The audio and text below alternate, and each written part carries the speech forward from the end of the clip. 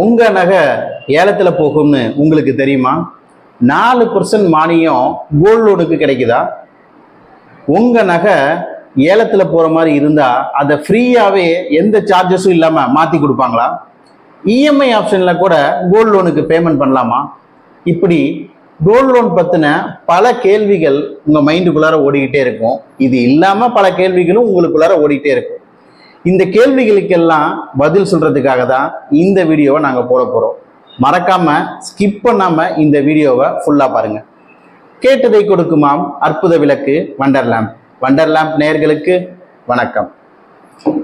Gold லோன்னாவே இன்னைக்கு பாத்தீங்கன்னா எல்லா மனுஷனுக்கும் காமனா சீக்கிரமா கிடைக்கிற ஒரு லோன்னா பாத்தீங்கன்னா இந்த கோல்டு லோன் தாங்க.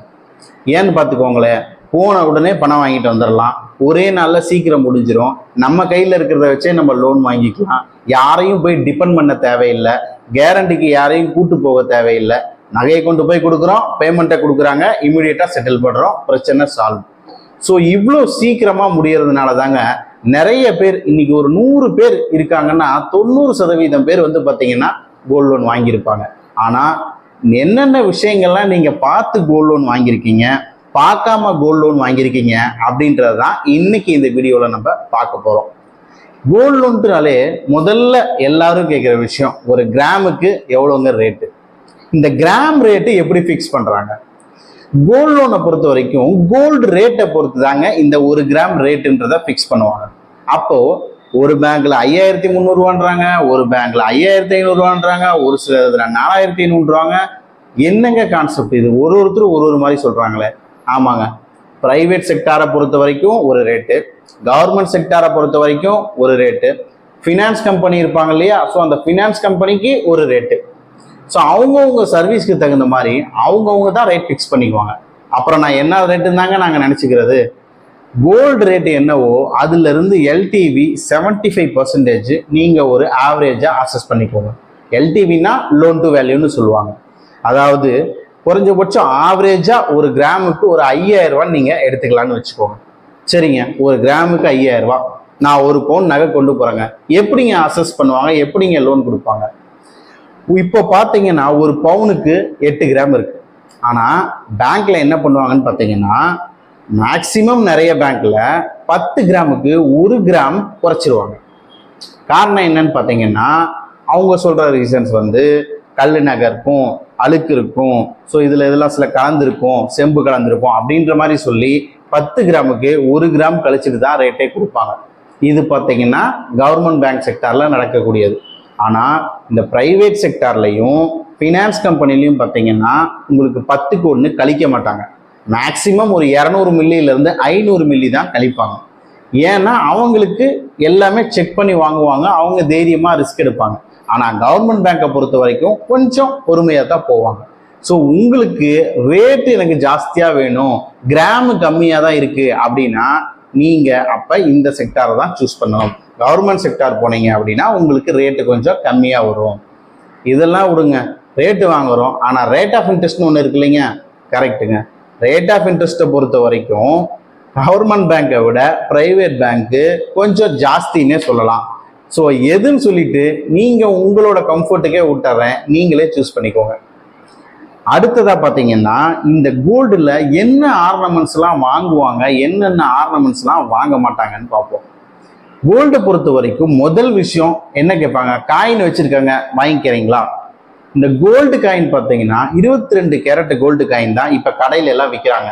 ஆனால் பேங்க்லேயோ இல்லை ஃபினான்ஸ்லேயோ எந்த பக்கமுமே இந்த காயினை வந்து அக்செப்ட் பண்ண மாட்டாங்க. ஒரு சில பேர் அப்ரைசர் தெரிஞ்சவங்க, யாராவது இன்ஃப்ளூயன்ஸ் பண்ணுறவங்க வாங்கி வச்சிருப்பாங்க, மேலே ஒரு கொக்கி மட்டும் போட்டு டாலர்னு போட்டு வச்சிருப்பாங்க. அதெல்லாம் எகென்ஸ்ட் த பாலிசி பண்ணியிருப்பாங்கன்னு வச்சுக்கோங்களேன். ஆஸ் பர் பாலிசி படி பேங்க்ல வாங்கக்கூடாது. ஆனால் நீங்கள் வாங்கலாமான்னு கேட்டால் வாங்கக்கூடாதுன்னு தான் நாங்களும் சொல்லுவோம். கோல்டு காயினை பொறுத்த வரைக்கும் நாட் அக்செப்டடுங்க. வேற என்னெல்லாம் வாங்க மாட்டாங்க, இந்த மாதிரி ஒரு வாட்ச் கோல்டில் இருக்கு அப்படின்னா அதையும் வந்து பார்த்தீங்கன்னா ஒரு சில பேங்க்ல வாங்கிக்கிறாங்க, மேக்சிமம் அவாய்ட் பண்ணுறாங்க. அதுக்கப்புறம் பார்த்தீங்கன்னா முக்கியமான விஷயம், கோல்டு காயின் 22 கேரட் வாங்க மாட்டேன்ட்டாங்க, 24 கேரட்ல காயின் இருக்குங்க, அது வாங்கிக்குவாங்களா அப்படின்னா அதுவும் வாங்க மாட்டாங்க. ஆனால் அப்போ பேங்க்லேயே கோல்டு காயின் விற்கிறாங்க இல்லைங்களா, நிறைய பேர் பேங்க்ல வாங்கியிருப்பாங்க, போஸ்ட் ஆஃபீஸில் வாங்கியிருப்பாங்க, அந்த காயினை வாங்கிக்குவாங்க. ஸோ 24 கேரட்டு பேங்க்ல விற்கிற ஒரு காயினோ இல்லை போஸ்ட் ஆஃபீஸில் வந்த காயினோ அப் டு 50 கிராம்ஸ் வரைக்கும் ஒரு கஸ்டமருக்கு லோன் கொடுப்பாங்க. ஏன்னு பார்த்தீங்கன்னா நம்ம வாங்குறது கடையில் வாங்குறது 916 சொல்லுவாங்க, கேடிஎம்னு சொல்லுவாங்க. ஆனால் பேங்க்ல கொடுக்கறது 999. So pure gold. அதனால அந்த கோல்டு காயினை வாங்கிக்குவாங்க. கோல்டு பிஸ்கட்டு, கோல்டு உருக்குனது, ஏதாவது குண்டு மணி இந்த மாதிரிலாம் வச்சுருந்தீங்கன்னா வாங்கிக்க மாட்டாங்க. மற்றபடி எல்லா கோல்டு ஆர்னமெண்ட்ஸுமே வாங்கிக்குவாங்க. ஸோ டிபெண்ட்ஸ் அப்பான் அந்த ரிஸ்க்கை பொறுத்து, அந்த ஆர்னமெண்ட்டோட இதை பொறுத்து அவங்க வாங்கிக்குவாங்க. சரிங்க, இப்போ என்னென்ன ஆர்னமெண்ட்லாம் வாங்குவாங்க, இதெல்லாம் வாங்க மாட்டாங்கன்றத நம்ம பார்த்துட்டோம். இதில் பேங்க் எப்படி செக் பண்ணுறாங்க? ஒரு சில பேர் ஃபேக்கு கூட வச்சிடறாங்க. ஒரு சில பேர் நல்லா கொடுத்தாலே இல்லைங்க இது கோல்டே கிடையாது அப்படின்னு சொல்கிறாங்க. அதெல்லாம் எப்படிங்க பார்க்குறாங்க அப்படின்னா, நம்ம முன்ன சொன்னோம் இல்லைங்களா, ஒரு கிராமுக்கு இவ்வளோ ரேட்டுன்னு சொல்லிட்டு. இது பார்த்தீங்கன்னா 22 கேரட் கோல்டு காயினுக்கு மட்டும்தான் இந்த ரேட்டை கொடுப்பாங்க. சாரிங்க, 22 கேரட் கோல்டுக்கு மட்டும்தான் இந்த ரேட்டை கொடுப்பாங்க.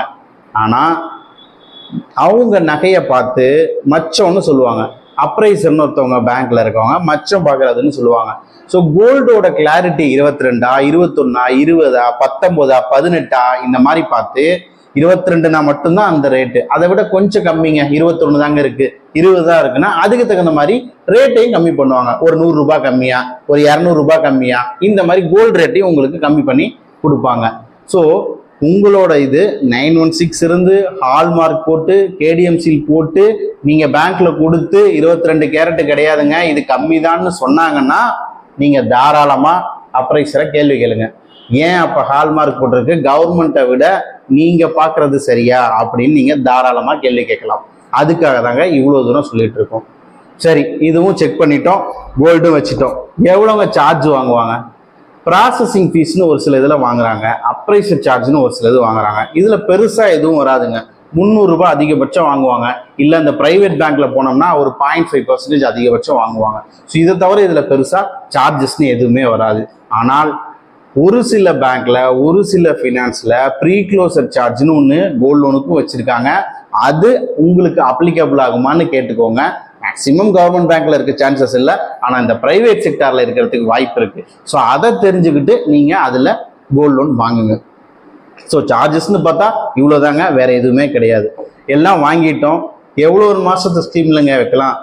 ஸ்கீமை பொறுத்துங்க. 3 மாசம், 6 மாசம், 1 வருஷம் நிறைய வச்சிருக்காங்க. மேக்சிமம் 1 இயர் ஸ்கீமுக்கு வாங்கிட்டீங்கன்னா வருஷத்துக்கு ஒரு தடவை நீங்க வட்டி கட்டினா போதுமானது. இதுலயும் அக்ரி பேஸ்ல இருக்கீங்க நீங்க அப்படின்னா உங்களோட பட்டாச்சிட்டா கொடுத்தீங்கன்னா நாங்க சொன்ன அந்த 4% மானியம் கவர்மெண்ட் பேங்க்ல உங்களுக்கு கிடைக்கிறதுக்கு வாய்ப்பு இருக்கு. கண்டிப்பா ரெனிவல் பண்ணியே தீரணும். இல்லைங்க டேட் வந்துருச்சு, இன்னொரு 10 நாள் போட்டோம், இன்னொரு 5 நாள் போட்டோம் அப்படின்ற மாதிரி நீங்க தள்ளி போனீங்கன்னா என்ன நடக்கும்னு பார்த்தீங்கன்னா சிபில்ல உங்களோட இது டிபிடியில காமிச்சிட்டே இருக்கும். நிறைய பேர் யூடியூப்ல பேசுறவங்க எல்லாம் சிவில் ஸ்கோரை இன்க்ரீஸ் பண்ணுவது எப்படி, எல்லாரும் கோல்டு லோன் வாங்க, எல்லாரும் கோல்டு லோன் வாங்கன்னு எல்லாரும் சொல்லிடுறாங்க. ஆனா அதை டைமுக்கு கரெக்டா கட்டிருங்கன்றத பாதி பேர் சொல்ல மறந்துடுறாங்க. கோல்டு லோன் வாங்கினா சிவில் ஸ்கோர் ஏறும்ன்றது ஒத்துக்கிறோம். ஆனா அதை கரெக்டான டைம்ல நீங்க இன்ட்ரெஸ்ட் பே பண்ணா மட்டும்தான். இன்னைக்கு டேட்னா இன்னைய டேட்ல நீங்க கட்டணும், அப்பயே நீங்க ரெனிவல் பண்ணணும். இல்லை அப்படின்னா ஓவர் டியூல போய் உட்காந்துக்கும். ஓவர் டியூல உட்காந்துச்சு அப்படின்னா எந்த லோனுமே நீங்க வாங்க முடியாது. ஸோ கோல்டு லோனை பொறுத்த வரைக்கும் நீங்க பார்க்குற மிக மிக மிக முக்கியமான விஷயம் இந்த ஒரு விஷயம் தாங்க. வாங்கினா அந்த டைமுக்கு கரெக்டா இன்ட்ரெஸ்டை பே பண்ணிடுங்க. ஸோ இதை தவிர பெரிய ரிஸ்க் எதுவுமே கிடையாதுங்க. இதெல்லாம் தாண்டியாச்சு, என்னால் கட்டவே முடியல, என்னதாங்க நடக்கும்னா இப்போ ரீசெண்டாக ஆர்பிஐல சொன்ன அந்த நியூஸுங்க. ஸோ நீங்கள் கோல்டு லோன் வாங்கி இருந்து இன்ட்ரெஸ்ட் கட்டாம இருந்தீங்க அப்படின்னா மேக்சிமம் 6 மாசம் வரைக்கும் தான் டைம் கொடுக்க சொல்லியிருக்காங்க. அதுக்கப்புறம் உங்க நகையெல்லாம் ஆக்ஷன்ல விட சொல்லி ஒரு பெரிய இங்கிலீஷ் பேப்பர் நியூஸ்லயே அதை பப்ளிஷ் பண்ணியிருக்காங்க. ஸோ தயவு செஞ்சு யாராவது நீங்க கோல்டு லோன் வாங்கியிருந்தீங்க அப்படின்னா இன்ட்ரெஸ்ட் பே பண்ணாம இருந்திருந்தீங்க அப்படின்னா இமீடியட்டா போய் அதை பே பண்ணிட்டு ரெனிவல் பண்ணிட்டு வந்துருங்க. அப்பதான் உங்க கோல்டு சேஃபா இருக்கும். அதுல ஆக்ஷன்ல போயிடுச்சுன்னு வச்சுக்கோங்க, உங்களோட நகையும் போச்சு. அதை தாண்டி உங்களுக்கு என்ன ஆகும்னா சிபில்லையும் பார்த்தீங்கன்னா ஆக்ஷன்ல போயிடுச்சு, இவங்க நல்ல கஸ்டமர் இல்லைன்ற மாதிரி அதுலயும் உட்காந்துக்கும். வேற எந்த லோன் போறதுக்கும் பெரிய பிரச்சனையா இருக்கும். ஸோ தயவு செஞ்சு யாராவது வாங்கியிருந்தீங்கன்னா இன்னைக்கே அந்த பிரச்சனையை சால்வ் பண்ணுங்க. இவ்வளோதாங்க கோல்டு லோன் பற்றின ஒரு முழுமையான வீடியோவை இன்னைக்கு பார்த்துருப்பீங்க. இதெல்லாம் தாண்டி எனக்கு இன்னும் கொஞ்சம் டவுட் இருக்குங்க அப்படின்னா டிஸ்கிரிப்ஷனில் மெயில் ஐடி கொடுத்துருக்கோம், மறக்காமல் மெயில் பண்ணுங்க. வீடியோவை மறக்காமல் உங்கள் நண்பர்கள் யாராவது கோல்டு லோன் வாங்கியிருந்தாங்கன்னா அவங்களுக்கும் ஷேர் பண்ணுங்க. மறக்காமல் அவங்களையும் சப்ஸ்கிரைப் பண்ண சொல்லுங்கள். நன்றி.